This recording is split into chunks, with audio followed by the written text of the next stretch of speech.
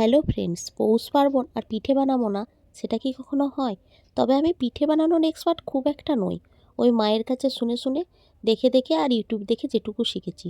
তাই প্রথমেই চালের গুঁড়িটা ফুটন্ত গরম জল দিয়ে মেখে নিলাম। তাও মাখলো আমার বর, আমি কিন্তু মাখতে পারি না এসব জিনিস খুব একটা ভালো। তো বেশ নরম নরম করে মেখে নিলাম প্রথমেই। তারপর এইভাবে আমার বর ছোট্ট ছোট্ট করে গোল লাড্ডু পাকিয়ে দিল আর আমি সেগুলোকে দিয়ে চুস্কি বানিয়ে নিলাম।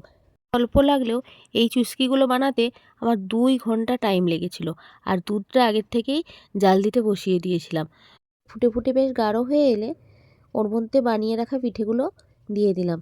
আর এই পিঠেগুলো কিন্তু দুধের মধ্যেই পুরোপুরি সেদ্ধ হবে, কোনো রকম জলে সেদ্ধ বা কিছু করা যাবে না, তাতেই টেস্টটা অনেক বেশি সুন্দর হবে। তারপর মিষ্টিটা একটু কম হয়েছিল বলে উপর থেকে একটু নলেন গুড় ছড়িয়ে দিলাম। এতে স্বাদও বেড়ে যাবে অনেকটা, আর গন্ধটাও খুব সুন্দর হবে। বেশ 40-45 মিনিট সেদ্ধ হওয়ার পর পিঠেটা ঠিক এইরকম দেখতে হয়েছিল। আর খেতে হয়েছিল অসাধারণ, কি বলবো, না খেলে আপনারা বুঝতে পারবেন না।